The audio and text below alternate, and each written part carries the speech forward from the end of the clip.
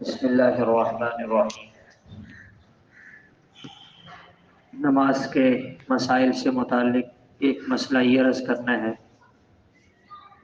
اگر کوئی شخص تاخیر سے جماعت میں شامل ہوا، ایک یا دو رکعتیں نکل گئیں، امام کو کسی وجہ سے نماز میں سجدہ سہو کرنا پڑا،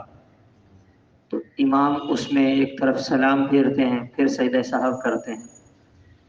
تو جو تاخیر سے آنے والا نمازی ہے وہ امام کے ساتھ سلام پھیرے گا یا نہیں پھیرے گا؟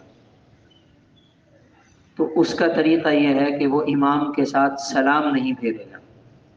سجدہ سہو میں امام کے ساتھ شریک ہوگا، سجدہ کرے گا مگر سلام نہیں پھیرے گا، اس لیے کہ ابھی اس کی نماز باقی ہے اور اسے مکمل کرنا ہے، اس لیے سلام پھیرے بغیر وہ سجدہ سہو میں امام کے ساتھ چلا جائے۔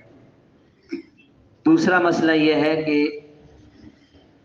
ایک دو رکعتیں باقی تھیں، امام نے جب سلام پھیرا تو نمازی نے بھی بھول کر غلطی سے سلام پھیر دیا، اور ایک طرف سلام پھیرا، دونوں طرف پھیر دیا، اور یاد آیا کہ مجھے تو ابھی نماز مکمل کرنی ہے، تو ایسے آدمی کے لیے اب کیا حکم ہے؟ تو اس کے لیے حکم یہ ہے کہ وہ جیسے ہی یاد آئے وہیں سے کھڑا ہو جائے تکبیر کہتے ہوئے،